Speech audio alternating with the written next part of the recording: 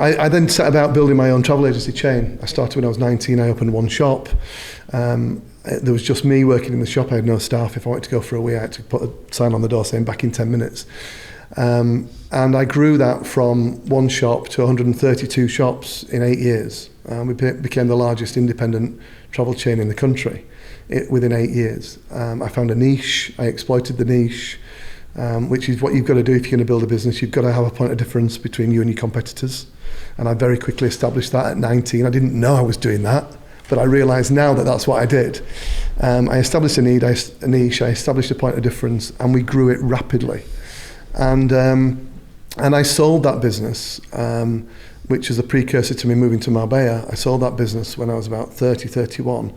And I sold to a company called Air Tours. And at the time, Air Tours owned a chain in the UK called Going Places. And Going Places had 800 shops.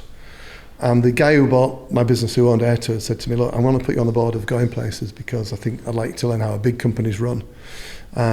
Your company's now integrated within ours. You've got 132, they've got 800. Go and sit on their board and go and learn. And when you work for yourself and you're growing a business, it's very hard to measure your success because you don't know. You know you're doing well in your own business, but you don't know how that correlates to the rest of the industry. So I would read the trade press and I would see these people on the board of Going Places with 800 shops, and I would think these guys must be absolute geniuses. You know, I've got 100 shops, they've got 800, they must be 8 times better than me. Stands to reason, right? So I go and I join the board and I sit on the board, and I have to tell you, I am completely underwhelmed.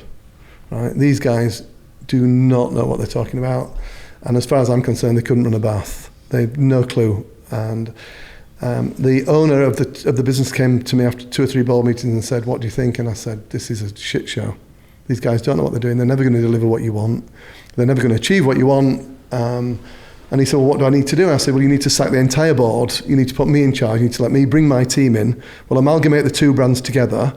We'll call them all Going Places. We'll have 930 shops. We'll be the biggest travel retailer in the country. And it'll be dynamic, and I'll deliver for you everything that you want. And he believed me, and he trusted me, and he did exactly that.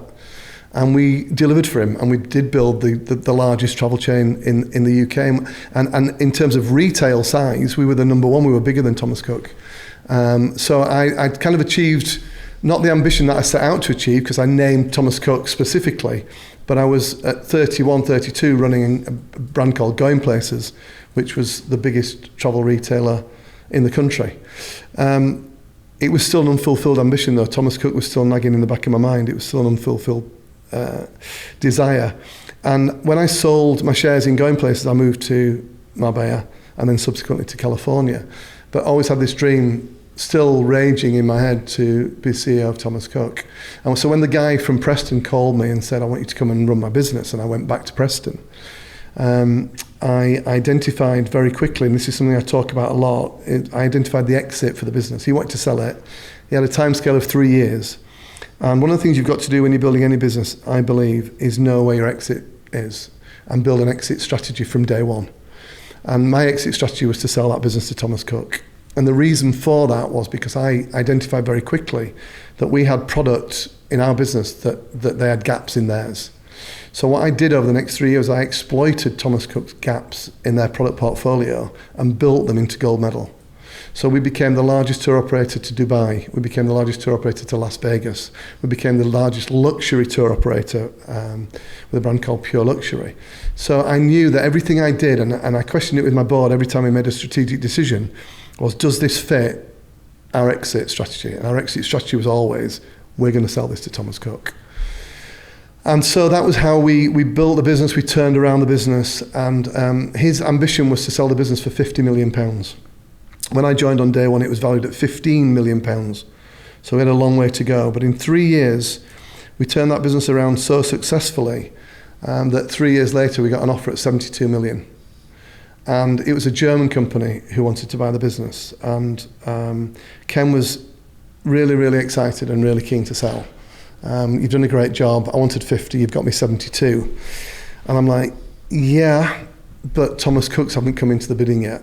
And he's like, what do you mean? I said, well, I've built this business for Thomas Cook, and they know I have, and I know I have, and they know we're up for sale, but they've not come to the table. So I need a few more days to get them to the table because I think they're the buyer for this business. And he said to me, do not fuck this up. there's £72 million on the table. It's more than I could have ever imagined.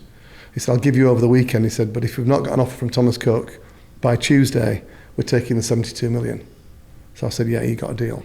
I left that meeting, I went across the office, I shut myself in a private room, and I rang the CEO of Thomas Cook, and I said, Manny, I said, why are you not, you know I'm for sale, you know it fits your product portfolio, you're acquisitive right now, you've got the money, why are you not at the table?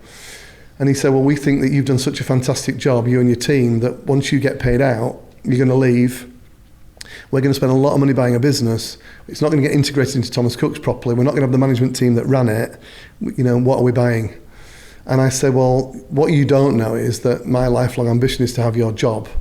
I said, so if you can guarantee that you will offer me and my team positions within Thomas Cook's and me a seat on the board of Thomas Cook, then we'll all sign long-term service agreements.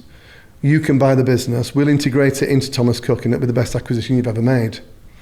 He said, what's the offer on the table? I said, 85 million. He said, leave it with me. He thought about it over the weekend. He rang me back on the Tuesday. He said, look, if you'll do all the things that you said you would do, we'll give you £86 million for the business.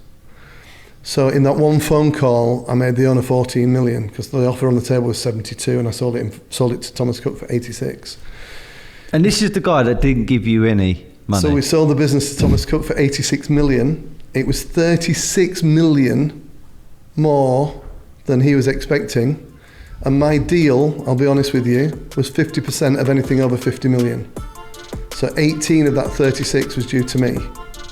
And he turned around and didn't pay me.